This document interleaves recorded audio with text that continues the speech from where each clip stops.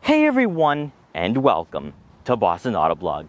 Conventional wisdom would suggest that entry-level luxury crossovers from brands like BMW, Audi, and Mercedes Benz will be very popular among Americans, as most consumers are very frugal shoppers, but also looking for the best bang for their buck, and they also can't get enough of the BMW, Audi, or Mercedes Benz emblem. However, most buyers are willing to spend an additional $10,000 to $15,000 for an X3 GLC or Audi Q5, and the real question is, why? Why do Americans choose to go bigger rather than sticking to affordability? I think it really comes down to who we are as consumers. We want bigger vehicles because we believe they're going to fit our lifestyles. Most Americans like having bigger vehicles. To them, it insinuates more luxury. And to some degree, it actually does make sense, and it is true. Because with the luxury subcompact crossover market, brands are not going to give us all the features that we will find in compact crossovers. Ultimately, it boils down to practicality and interior space, as subcompact crossovers really aren't that much more practical than a hatchback. Sure, you have more ground clearance, so it's more versatile, but that's really all you're gaining. And I think most Americans are done with small vehicles altogether. They want to have enough space where they can load up their families and have enough cargo space where they can put all the luggage in the back and they're on a long road trip for the weekend. That's what Americans want, despite the fact that I think as enthusiasts we're kind of tired of the crossover trend here in the US, but I think a lot of Americans with families are absolutely loving what these brands are offering. However, BMW has done an amazing job of being relevant in a somewhat unpopular subcompact luxury market, and today we're going to find out why. So in this video, we're going to take a good long look at the BMW X1, see how it compares to other vehicles in its segment, and also see why, even though the X1 is a bit outdated and we're all waiting for the next generation to arrive, which should be sometime next year, you shouldn't overlook what BMW is offering here and understand that the X1 is still providing a lot of value in its price point and segment. Now before we get into this video, I want to give a huge shout and thank you to Herb Chambers BMW Sudbury in Sudbury, Massachusetts for allowing me to do this review. Their link will be in the description below so you can check out their extensive BMW inventory. And so, without wasting any further time, let's get right in this review. When we take a look at the subcompact crossover market, many would consider this segment to be relatively young, as most brands didn't hop on board until the latter half of last decade. The BMW X1 has been with us the longest, having been sold in the US for almost 10 years, and within that time, this vehicle has changed quite a bit, with the first generation being built on the same platform as the E93 series, arguably being seen as a slightly more versatile and practical hatchback. Now in 2021, the X1 is a true crossover, fitting right in with the growing trend of affordable SUVs, as consumer demand for these vehicles doesn't appear to be waning anytime soon. While the luxury subcompact crossover market hasn't been the most successful for German brands, BMW has given Americans one of the best offerings in this segment. Starting off with pricing, the BMW X1 xDrive28i comes in at $37,400, with our model being equipped with the optional $4,350 M Sport package, which is going to change the exterior design by removing the plastic cladding for a full paint finish, removing some of the matte chrome accents for gloss black, and also giving the X1 18-inch M double-spoke bi-color wheels for an overall athletic appearance. Optional packages aside, this crossover's affordability propelled BMW to the top among German competitors in this market, as its practicality was unrivaled, but also the 7.2 inches of ground clearance provided enough versatility for buyers looking for some light off-road capability and year-round drivability. When taking a look at the exterior, the X1 is often referred to as being the baby X3, not only because of its close resemblance in terms of design, but the higher roofline and similar structure to its bigger sibling effectively makes it a scaled-down and more attainable X3 for buyers on a budget. Giving BMW an advantage over the competition is having two available options with the X1 and X2, providing a choice for consumers who may prefer a lifted hatchback and sportier road presence at $40,000, while also offering the boxier X1 that doesn't sacrifice practicality in the name of being affordable. While the X1 is quickly aging compared to the refreshed Audi Q3 and completely redesigned Mercedes Benz GLA, it still remains relevant in the lineup. And with the small kidney grills, you won't be receiving comments from BMW loyalists about how they're egregiously large. Keeping the front fascia looking modern on our model, this X1 does have the optional $950 LED headlights with cornering for improved visibility on dimly lit back roads. As we work our way over to the side profile, the lack of plastic cladding does give the X1 a sleeker look. But more often than not, buyers will most likely go with the traditional crossover design and not pay the additional $4,300. You will have body color folding side mirrors with turn signal indicators. However, you won't have blind spot detection, which is something we hope is made standard for the next generation. Then coming around to the back, where the X1 differentiates itself from some of the competition, like the Mercedes Benz GLA or even the Cadillac XT4, is that it doesn't have a hatchback-like roofline. And in fact, the body lines are very similar to a compact crossover, which is quite the departure from what we see with most subcompacts. In turn, this is beneficial for rear cargo space and interior room in general, as consumers often go with a bigger vehicle at this price point simply due to crossovers of this size not being suitable for their lifestyles.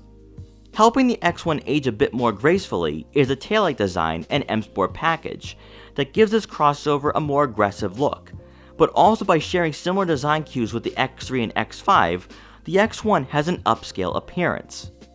Under the hood, the BMW X1 is powered by a 2-liter turbocharged 4-cylinder engine that puts out 228 horsepower and 258 pound-feet of torque, and is paired with an 8-speed automatic transmission. Despite performance numbers being similar to its competitors, ride quality, handling, and smoother gear shifts elevate the driving experience, and you get a better sense of refinement and a small dose of sportiness that some rivals aren't offering. For the drivetrain, front-wheel drive does come standard, with BMW's xDrive all-wheel drive system being an additional $2,000. For fuel economy, you can expect to receive right around 23 miles per gallon in the city and 31 miles per gallon on the highway. Stepping inside, you get a power-adjustable heated leatherette sports seats for both the driver and passenger, with the driver's side being 2-position memory for added convenience. For an additional $1,400, you can upgrade to Dakota leather, which is going to provide a more plush and luxurious experience. When it comes to comfort and support, the front seats aren't the most aggressively bolstered. However, there's a nice feeling of being secure when behind the wheel. In front of you, there will be analog gauges, and as we've seen with the exterior, the X1 is outdated compared to the rest of the lineup, as the X1 and X2 are the last vehicles from BMW that hasn't received a significant refresh, and as a result, you won't have the same technology that we find in newer models. Moving over to the infotainment system, you'll have an 8.8-inch touchscreen with Apple CarPlay compatibility and onboard navigation. While resolution and responsiveness are on par with rivals, this isn't BMW's iDrive7 system that we find in most new vehicles in the lineup, so you won't have the same functionality and features that we experience with the BMW X3 or X5. Helping to improve this user interface, there will be a rotary dial, touchpad, and quick access buttons to quickly get you to desired menus, and overall, having this dual functionality makes this infotainment system very user-friendly, especially when you need to keep your eyes on the road rather than focusing on the touchscreen.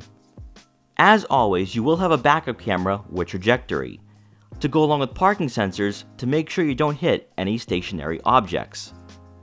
Below, you'll have 2 rows of buttons, with the top row being for your radio presets, while the second row is for your dual zone climate control, front and rear defrosters, and 3-level heated seats.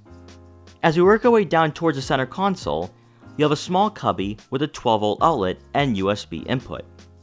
Then next to the gear shifter, you'll find the drive mode selector and the buttons for your park assist and hill descent control. For center storage, you'll have 2 compartments that will provide plenty of room for a smartphone, wallet, or smaller items, and this is a great utilization of limited space to make this crossover as practical as possible. And rounding out the front seating area, our model is equipped with a panoramic moonroof to let in a lot of natural light to the interior. Now for passengers in the back, we're going to start off on the passenger side, and this seat is adjusted most of the way back, and I still have a few inches of legroom to work with here at the height of 5'5". And this is really important because for subcompact crossovers, it can get a bit tight and claustrophobic very quickly. I do believe if you're on the height of 5'8", 5'9", you could sit back here pretty comfortably when it comes to legroom. Obviously, this seat most likely won't be adjusted all the way back for passengers around 5'7", 5'8", if they are sitting up front. So I think you have a lot more legroom to work with here than I am currently. But it is great to see just because vehicles of this size are very compact. Now, when it comes to headroom, you have plenty of this, and you don't normally see this in the subcompact crossover segment. This would be very comparable to the Volvo XC40, which has a square roofline. But for the Mercedes Benz GLA, it's more of a hatchback, and same with the Audi Q3. So you are sacrificing a bit when it comes to that headspace. And even though we have this massive panoramic moonroof, you still have a lot of headroom. So if you're on the height of 5'10" and above, I think you could sit back here without feeling too claustrophobic in that regard.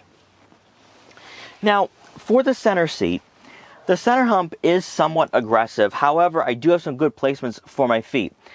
But for subcompact crossovers, it's just not going to be practical to fit a third person back here, because even by myself, I feel like if I had someone next to me, I feel very cramped when it comes to shoulder room.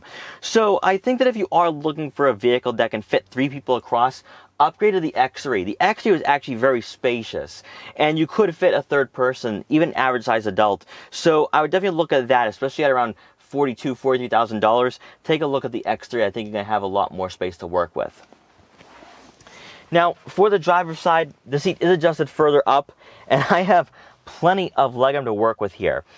Now, what I do want to point out here is that the X1 has very European styling when it comes to interior quality, interior space, because those vehicles have to provide as much practicality as possible for the smaller roads in Europe, and that's exactly what we have here with the X1. So when you look at the outside, like, okay, it's very small compared to an X3. It might not be the biggest vehicle out there, but when it comes to interior space, they have done an amazing job of finding as much room as possible. So if you're smaller, if you're a smaller driver or a smaller front passenger, people in the back are going to be very comfortable for sure, and this is great to see. Also back here, you will have 2 rear air vents to go along with 2 USB-C inputs, and rounding out the rear seating area, you do get a center armrest with 2 cup holders. Now coming around to the back, you're going to receive a power liftgate, and inside you're going to find right around 27 cubic feet of rear cargo space, which is phenomenal in the subcompact luxury crossover market. I believe this is the most amount of space you're going to find in this segment too. But also, to put this into perspective, it actually has more interior space than the Audi Q5 by around 2 cubic feet. That is really impressive, especially where people right now might be focusing on being frugal and saving some money when it comes to car shopping. The X1 is going to give you the practicality of some bigger vehicles, and that is great to see. Also, if you are looking for a vehicle at around $35,000, $40,000, you might also be looking at hatchbacks and other subcompact crossovers, and the X1 is going to be more versatile when it comes to practicality, and that's why I would say when you're comparing it to some of its closest rivals, like the Mercedes Benz GLA, like the Q3, even the Volvo XC40, the BMW X1 is going to outclass them when it comes to practicality. Then with the second row seats folded, that space is going to double in size to right around 58.7 cubic feet. So overall, you have a vehicle when it comes to interior space and interior dimensions that could rival compact crossovers. And when you're looking at that price point, around $35,000, $40,000, that is impressive. That is unbelievable. And that's why I still think the BMW X1 is a class leader overall, even though it might be a bit outdated in its market. Then on either side of the rear cargo area, you will have some compartments for some smaller items, such as car detail equipment, or maybe even a first aid kit. And when you're on a spirited drive, they won't be thrown around on your more valuable items. Then beneath the floor mat, you are going to find additional storage. Now you can remove the floor mat itself, so now you have a bigger space to work with, especially if you're going to be moving boxes or furniture around, and it just makes the X1 a lot more practical than some of the rivals. And then another feature that I really like is the rear cargo cover, which will keep all your valuable items out of sight. So if you are like me and you have camera gear and you leave your vehicle unattended, you can leave them back here and have that peace of mind knowing that no one will be able to peek in and steal what you have. And then once you're done, just press the button and the liftgate will close automatically. All right, so let's take the BMW X1 out for a test drive to see how it performs, how it handles, how it drives, and how it compares to other vehicles in its segment. Now, with most vehicles in this segment, I feel as though that it comes down to being a compromise where a lot of people are on a very strict budget. They're not willing to spend $40,000, $45,000 going with a compact crossover, and they settle for a vehicle in this segment. And one thing that I will say is that whether it's the Mercedes Benz GLA, Volvo XC40, even the Audi Q3, there's a level of frustration because you know that these brands can give you a lot more in terms of overall refinement and just having these vehicles tuned and dialed in. And with BMW, even though the X1, we're still waiting for the new model year, we're waiting for the better technology. What you are going to love here is that this vehicle feels very nice in terms of driving dynamics and handling. And that's something that I really couldn't say with its closest competitor, the Mercedes Benz GLA. I was very frustrated with that vehicle just because I felt that the 8-speed automatic just was not pairing up with the 4-cylinder that well, but also even just the way it drove and handled, there was just a lot of body roll. It just wasn't that fun and engaging to drive. However, the X1 feels really fun to drive. It feels very engaging, and that's something that really stands out to me immediately behind the wheel.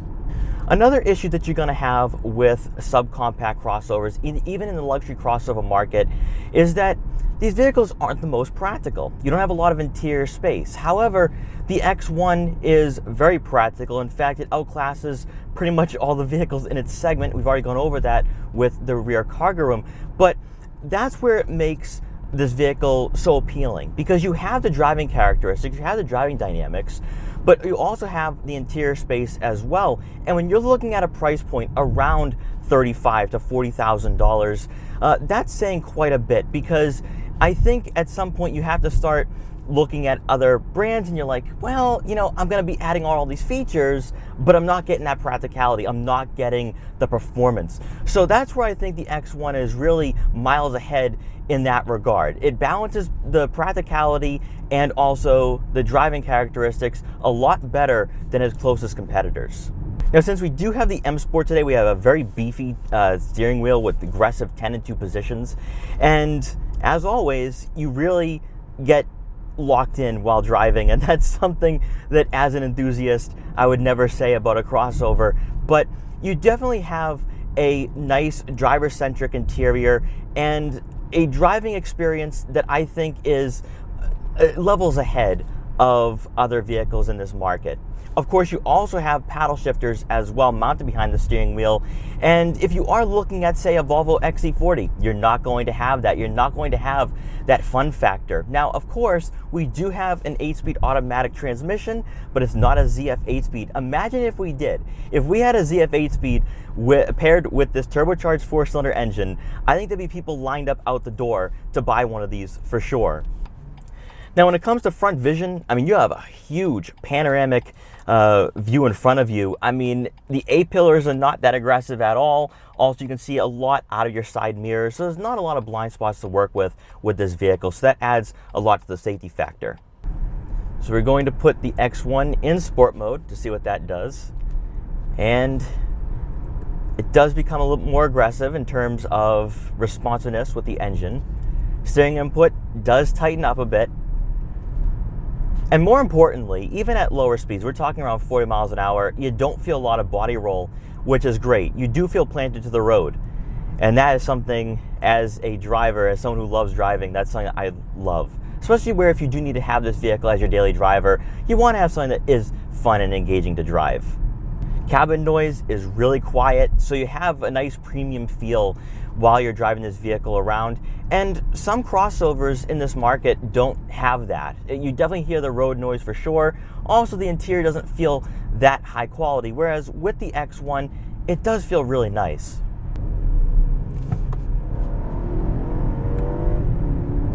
Not bad at all. Now, of course, as we talked about before, you do not have that ZF 8-speed automatic transmission, but gear shifts are very smooth and instant. And when I think of other vehicles in this market, again, going back to the Mercedes Benz GLA, because that to me, I felt as though that it could have been a lot more than it was. The 8-speed just was not that engaging, even in sport mode. Whereas with the X1, I can actually drive in sport mode at all times, especially on back roads and in the suburbs. And what I also like too is that even in sport mode, the audio that gets pumped into the interior isn't that aggressive. And I like that. I can appreciate that because this isn't an M car. It's not an M3 or M4.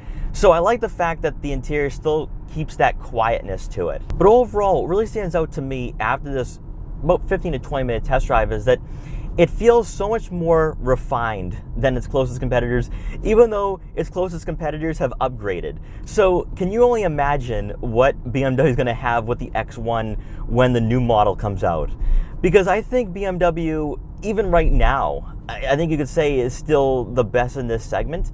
And that's something you don't normally say for vehicles that are arguably outdated compared to other rivals. Because again, we're looking at the Audi Q3, which has been updated. The Mercedes Benz GLA, that's been updated. Even the new Volvo XC40, it's been around for a few years, but you have the extra technology. Whereas the BMW X1 has been with us for quite a while, and yet the way it drives, the way it performs, the way it feels behind the wheel is miles ahead of those vehicles just when it comes to its performance, just the way it drives.